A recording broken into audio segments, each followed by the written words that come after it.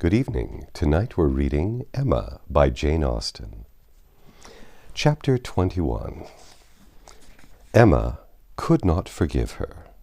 But as neither provocation nor resentment were discerned by Mr. Knightley, who had been of the party, and had seen only proper attention and pleasing behaviour on each side, he was expressing, the next morning, being at Hartfield again on business with Mr. Woodhouse, his approbation of the whole, not so openly as he might have done had her father been out of the room, but speaking plain enough to be very intelligible to Emma. He had been used to think her unjust to Jane, and had now great pleasure in marking an improvement. A very pleasant evening, he began, as soon as Mr. Woodhouse had been talked into what was necessary, told that he understood, and the papers swept away. Particularly pleasant. You and Miss Fairfax gave us some very good music. I do not know a more luxurious state, sir, than sitting at one's ease to be entertained a whole evening by two such young women, sometimes with music and sometimes with conversation. I'm sure Miss Fairfax must have found the evening pleasant. Emma, you left nothing undone. I was glad you made her play so much, for having no instrument at her grandmother's, it must have been a real indulgence. I am happy you approve, Emma said, smiling, but I hope I am not often deficient in what is due to guests at Hartfield. No, my dear, said her father instantly, that I am sure you are not. There is nobody half so attentive and civil as you are. If anything, you are too attentive. The muffin last night, if it had been handed round once, I think it would have been enough. No, said Mr. Knightley, nearly at the same time, you are not often deficient either in manner or comprehension. I think you understand me, therefore. An arch look expressed, I understand you well enough, but she said only, Miss Fairfax is reserved. I always told you she was, a little, but you will soon overcome all that part of her reserve which ought to be overcome. All that has its foundation in diffidence. What arises from discretion must be honoured. You think her diffident? I do not see it.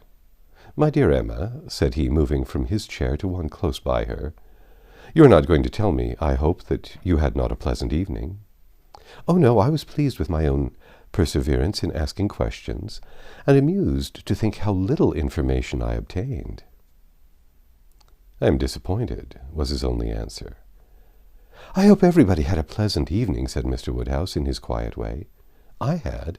Once I felt the fire rather too much, but then I moved back my chair a very little, and it did not disturb me. Miss Bates was very chatty and good-humoured, as she always is, though she speaks rather too quickly. However, she is very agreeable, and Mrs. Bates, too, in a different way. I like old friends, and Miss Jane Fairfax is a very pretty sort of young lady, a very pretty and a very well-behaved young lady indeed. She must have found the evening agreeable, Mr. Knightley, because she had Emma. True, sir, and Emma, because she had Miss Fairfax. Emma saw his anxiety, and, wishing to appease it, at least for the present, said, and with a sincerity which no one could question, She is a sort of elegant creature that one cannot keep one's eyes from. I am always watching her to admire, and I do pity her from my heart. Mr. Knightley looked as if he were more gratified than he cared to express, and before he could make any reply, Mr. Woodhouse, whose thoughts were on the Bateses, said, It is a great pity that their circumstances should be so confined. A great pity indeed. I have often wished, but it is so little one can venture to do. Small, trifling presents, of anything uncommon. Now we have killed porker, and Emma thinks of sending them a loin or a leg. It is very small and delicate. Hartfield pork is not like any other pork, but still it is pork, and my dear Emma, unless one could be sure of their making it into steaks, nicely fried as ours are, without the smallest grease, and not roast it, for no stomach can bear roast pork, I think we had better send the leg. Do you not think so, my dear? My dear papa, I sent the whole hind quarter. I knew you would wish it. There will be the leg to be salted, you know, which is so very nice, and the loin to be dressed directly, in any manner they like. That's right, my dear, very right. I had not thought of it before, but that is the best way. They must not oversalt the leg. And then, if it is not oversalted, and if it is very thoroughly boiled, just as Cyril boils ours, and eaten very moderately of, with a boiled turnip and a little carrot or parsnip, I do not consider it unwholesome." "Emma," said Mr. Knightley presently, "I have a piece of news for you. You like news, and I heard an article on my way hither that I think will interest you." "News?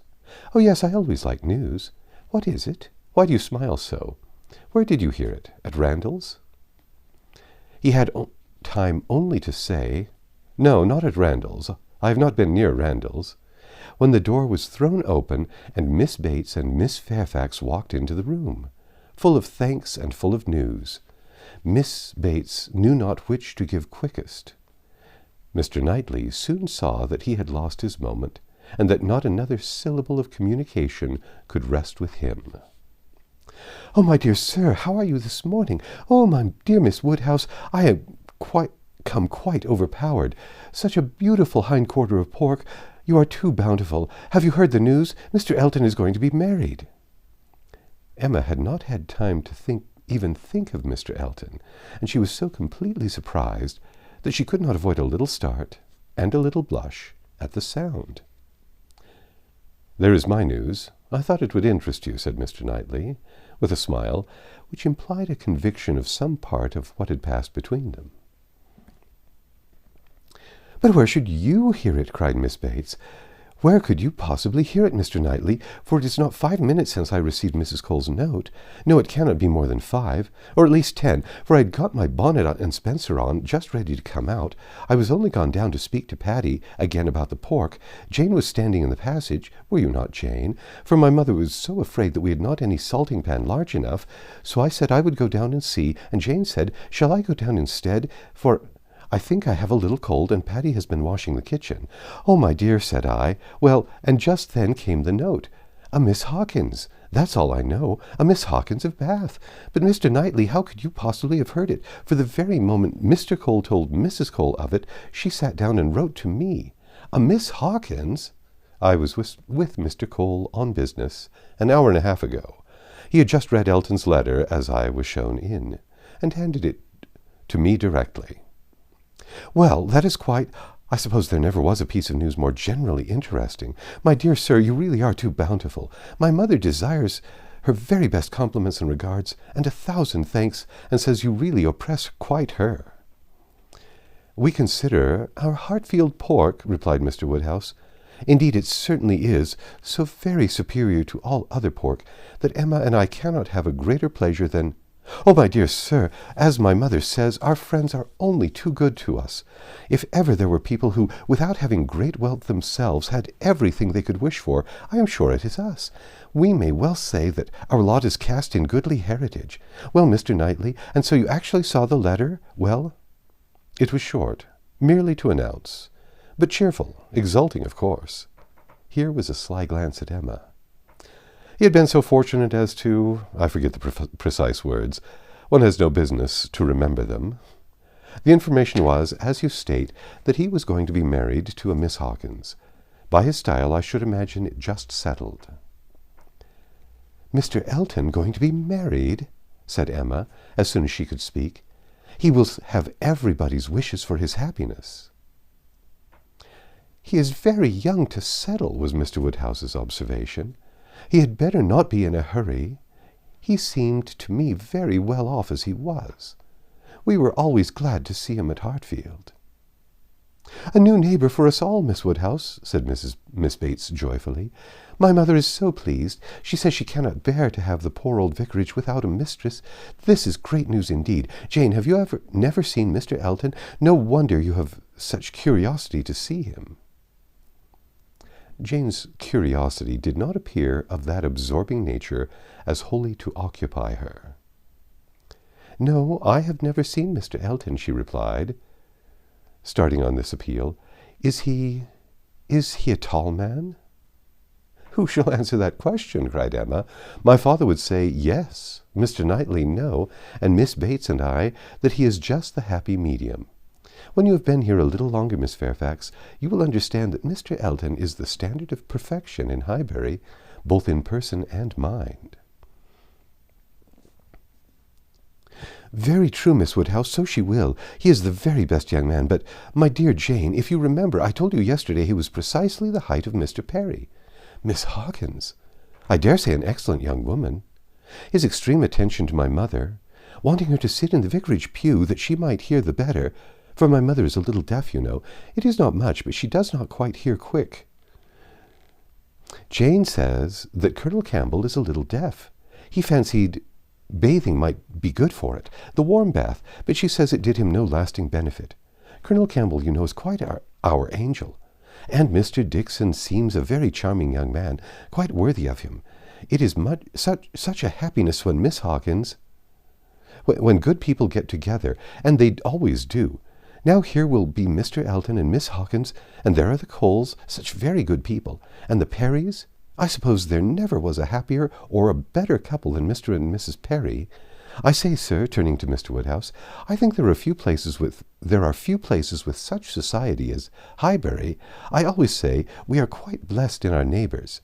My dear sir, if there is one thing my mother loves better than another, it is pork, a roast loin of pork. As to who or what Miss Hawkins is, or how long he has been acquainted with her, said Emma, nothing, I suppose, can be known. One feels that it cannot be a very long acquaintance. He has been gone only 4 weeks.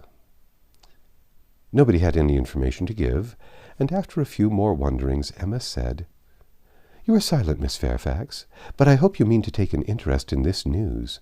You, who have been hearing and seeing so much of late on these subjects, who must have been so deep in the business on Miss Campbell's account. We shall not excuse your being indifferent about Mr. Elton and Miss Hawkins." "When I have seen Mr. Elton," replied Jane, "I dare say I shall be interested. But I believe it requires that with me. And as it is some months since Miss Campbell married, the impression may be worn off." "Yes, he has been gone just 4 weeks, as you observe, Miss Woodhouse," said Miss Bates. 4 weeks yesterday. A Miss Hawkins. Well, I had always rather fancied it would be some young lady hereabouts. Not that I ever. Miss Cole once whispered to me, but I immediately said no. Mr. Elton is a most worthy young man, but in short, I do not think I am particularly quick at those sorts of discoveries. I do not pretend to it. What is before me I see. At the same time, nobody could wonder if Mr. Elton should have aspired. Miss Woodhouse lets me chatter on so good-humouredly. She knows I would not offend for the world. How does Miss Smith do? She seems quite recovered now. Have you heard from Mrs. John Knightley lately? Oh, those dear little children! Jane, do you know how I always fancy Mr. Dixon like Mr. John Knightley? I mean in person, tall and with that sort of look, and not very talkative. Quite wrong, my dear aunt. There is no likeness at all. Very odd, but one never does form a just idea of anybody beforehand. One takes up a notion and runs away with it. Mr. Dixon, you say, is not, strictly speaking, handsome? Handsome? Oh, no, far from it. Certainly plain. I told you he was plain. My dear, you said that Miss Campbell would not allow him to be plain, and that you yourself— Oh, as for me, my judgment is worth nothing. When I have regard, I always think a person well-looking. But I gave what I believed the general opinion when I called him plain. Well, my dear Jane, I believe we must be running away. The weather does not look well, and Grandmamma will be uneasy. You are too obliging, my dear Miss Woodhouse, but we really must take leave. This has been a most agreeable piece of news indeed. I shall just go round by Mrs. Cole's, but I shall not stop 3 minutes. And Jane, you had better go home directly. I would not have you out in a shower. We think she is better for Highbury already. Thank you. We do indeed. We shall not attempt calling on Mrs. Goddard, for I really do not think she cares for anything but boiled pork. When we dress the leg, it will be another thing. Good morning to you, my dear sir. Oh, Mr. Knightley is coming too. Well, that is so very— I'm sure if Jane is tired, you will be so kind as to give her your arm. Mr. Elton and Miss Hawkins, good morning to you. Emma, alone with her father, had half her attention wanted by him, while he lamented that young people would be in such a hurry to marry, and to marry strangers too, and the other half she could give to her own view on the subject. It was to herself an amusing and a very welcome piece of news, as proving that Mr. Elton could not have suffered long, but she was sorry for Harriet. Harriet must feel it, and all that she could hope was, by giving the first information herself, to save her from hearing it abruptly from others. It was now about the time that she was likely to call. If she were to meet Miss Bates on her way, and upon it beginning to rain, Emma was obliged to expect that the weather would be detaining her at Mrs. Goddard's, and that the intelligence would undoubtedly rush upon her without preparation. The shower was heavy but short, and it had not been over 5 minutes when in came Harriet, with just the heated, agitated look which hurrying thither with a full heart was likely to give, and the "Oh, Miss Woodhouse, what do you think has happened?" which instantly burst forth had all the evidence of corresponding perturbation. As the blow was given, Emma felt that she could not now show greater kindness than in listening, and Harriet, unchecked, ran eagerly through what she had to tell.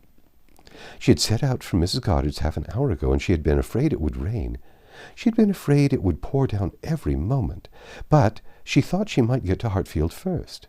She had hurried on as fast as possible, but then, as she was passing by the house where a young woman was making up a gown for her, she thought she would just step in and see how it went on. And though she did not seem to stay half a moment there, soon after she came out it began to rain, and she did not know what to do, so she ran on directly, as fast as she could, and took shelter at Ford's. Ford's was the principal woolen draper, linen draper, and haberdasher's shop united, the shop first in size and fashion in the place. And so there she had sat, without an idea of anything in the world, full 10 minutes perhaps, when all of a sudden who should come in? To be sure, it was so very odd, but they always dealt at Ford's. Who should come in but Elizabeth Martin and her brother? Dear Miss Woodhouse, only think! I thought I should have fainted. I did not know what to do. I was sitting near the door. Elizabeth saw me directly, but he did not. He was busy with the umbrella. I am sure she saw me, but she looked away directly and took no notice, and they both went to quite the farther end of the shop, and I kept sitting near the door. Oh dear, I was so miserable. I am sure I must have been as white as my gown. I could not go away, you know, because of the rain, but I did so wish myself anywhere in the world but there. Oh, dear Miss Woodhouse, well, at last I fancy he looked around and saw me, for instead of going on with her buyings, they began whispering to one another. I'm sure they were talking of me, and I could not help thinking that he was persuading her to speak to me. Do you think he was, Miss Woodhouse? For presently she came forward, came quite up to me and asked me how I did, and seemed ready to shake hands, if I would. She did not do any of it in the same way that she used, but I could see she was altered. But, however, she seemed to try to be very friendly, and we shook hands, and stood talking some time. But I know no more what I said. I was in such a tremble. I remember she said she was sorry we never met now, which I thought almost too kind. Dear Miss Woodhouse, I was absolutely miserable. By that time it was beginning to hold up, and I was determined that nothing should stop me from getting away. And then, only think, I found he was coming towards me, too, slowly, you know, and as if he did not quite know what to do, and so he came and spoke, and I answered, and I stood for a minute feeling dreadfully, you know, one can't tell how, and then I took courage and said it did not rain, and I must go, and so off I set. And I had not got 3 yards from the door when he came after me, only to say, if I was going to Hartfield, he thought I had much better go round by Mr. Cole's stables, for I should find the way quite floated by this rain. Oh, dear, I thought it would have been the death of me, so I said I was very much obliged to him. You know I could do no less, and then he went back to Elizabeth, and I came round by the stables. I believe I did, but I hardly knew where I was or anything about it. Oh, Miss Woodhouse, I would rather have done anything than have it had happened. And yet, you know, there was a sort of satisfaction in seeing him behave so pleasantly and so kindly. And Elizabeth, too. Oh, Miss Woodhouse, do talk to me and make me comfortable again. Very sincerely did Emma wish to do so, but it was not immediately in her power. She was obliged to stop and think. She was not thoroughly comfortable herself. The young man's conduct, and his sisters seemed the result of real feeling, and she could not but pity them. As Harriet described it, there must have been an interesting mixture of wounded affection and genuine delicacy in their behavior, but she had believed them to be well-meaning, worthy people before, and what difference did this make in the evils of the connection? It was folly to be disturbed by it. Of course, he must be sorry to lose her. They must all be sorry. Ambition, as well as love, had probably been mortified. They might all have hoped to rise by Harriet's acquaintance, and besides, what was the value of Harriet's description? So easily pleased, so little discerning, what signified her praise? She exerted herself, and did try to make her comfortable by considering all that had passed as a mere trifle, and quite unworthy of being dwelt on. "It might be distressing for the moment," said she, "but you seem to have behaved extremely well, and it is over, and may never, can never, as a first meeting, occur again. And therefore you need not think about it." Harriet said, "Very true," and she would not think about it, but still she talked of it. Still she could talk of nothing else, and Emma at last, in order to put the Martins out of her head, was obliged to hurry on the news, which she had meant to give with so much tender caution, hardly knowing herself whether to rejoice or be angry, ashamed, or only amused, at such a state of mind in poor Harriet, such a conclusion of Mr. Elton's importance with her. Mr. Elton's rights, however, gradually revived, though she did not feel the first intelligence as she might have done the day before, or an hour before.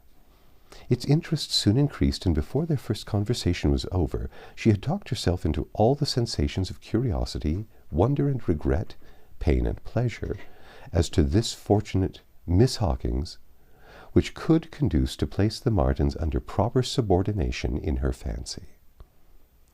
Emma learned to be rather glad that there had been such a meeting.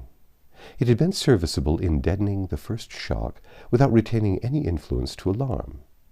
As Harriet now lived, the Martins could not get at her, without seeking her where hitherto they had wanted either the courage or the condescension to seek her. For since her refusal of the brother, the sisters had never been at Mrs. Goddard's, and a 12-month might pass without their being thrown together again, with any necessity, or even any power of speech. That's the end of chapter 21. Come back tomorrow and we'll read chapter 22.